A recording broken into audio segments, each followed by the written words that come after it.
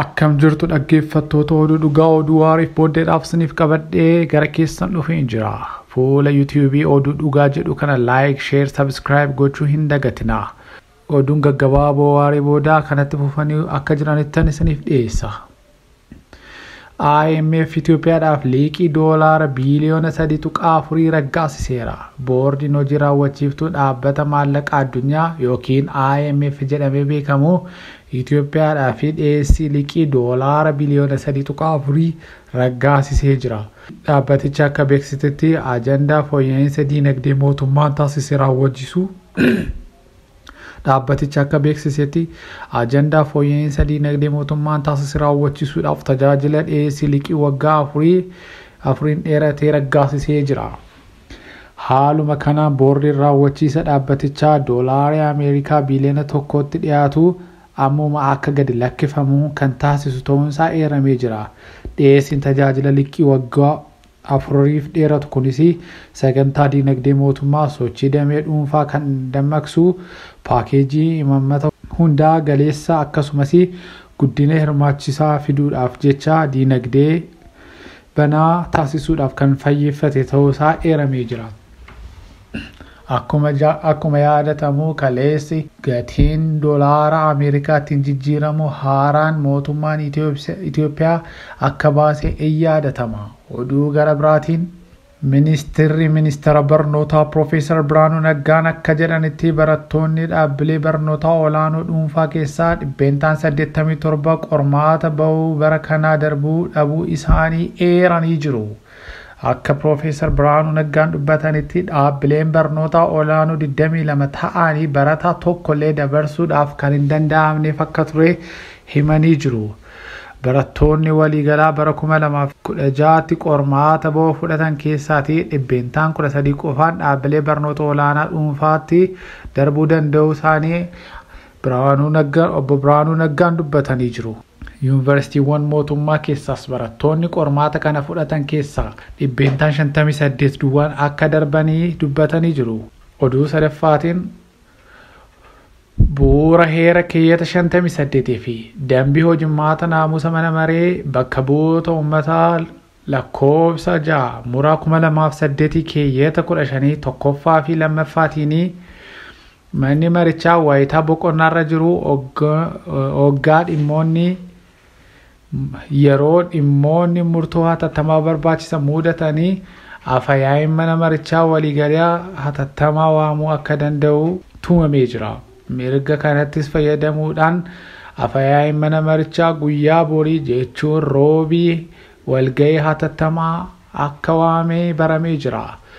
Wanta kanarratti oduun bal'inaa yoo nu qaqqabeessiniif dhiyeessina. Koomaandariin Raashiyaa Maalii keessatti haleelamuunsaa himamaa jira. Gareen loltoota Raashiyaadhaan qacaraman hojjetanii kan ajajaa koomaandarii Sergii Shevchenkoodhaan Maalii keessatti gareen loltoota Raashiyaadhaan qacaramanii hojjetan kan ajaju koomaandariin Sergii Shevchenkoo Maalii keessatti dhukaasa finciltooti tasa irratti bananiidhaan akka ajjeefamee himamaa jira. Biyyi dhiyaa Afrikaa taate bulchiisa humna waraanaa jala jirtu Maaliin garee hidhatanii biyyoota keessa socho'anii jihaadistootaa fi adda baatota waraana bara 2021 garee ergamtoota loltoota Raashiyaa Waagner jedhamuun qacaramani.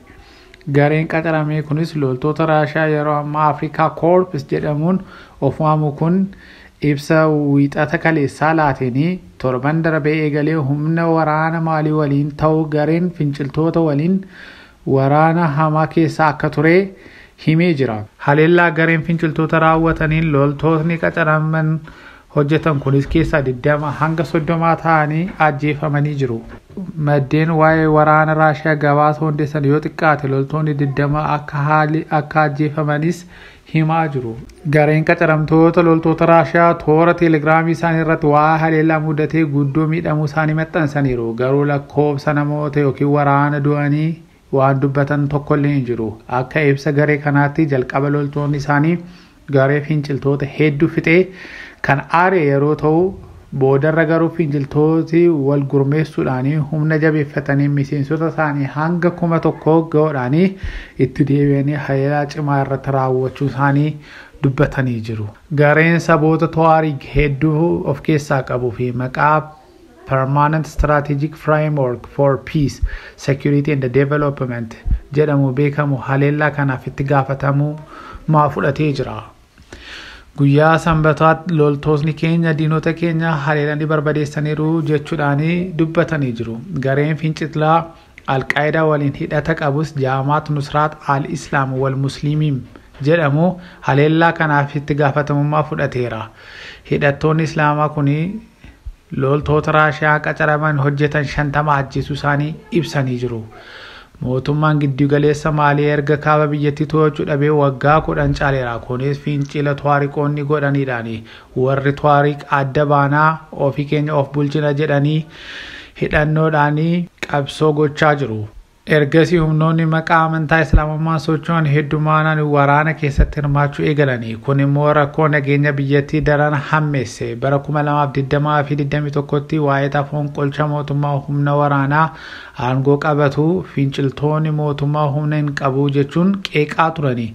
Humni waraanaa ammoo aangoorra jiru hariiroo Faransaay kan yeroo dheeraadhaaf koloneeffattuu fi michuu Maalii turte dhiisuun Raashiyaatti akka ifroomes yaadatama. Haa ta'u malee gareen loltoota Raashiyaa qacaramanii hojjetan Wagner jedhamanii erga hoogganaa isaanii gameessi Yevgeny Prigozhin bara darbee ajjeefamee goolamaa keessa seenanii jiru. Edda siitiitii gareen kun maqaasaa Wagner irraatii gara Afrikaa Korpsitti jijjiirratee jira jedhames hin beekama.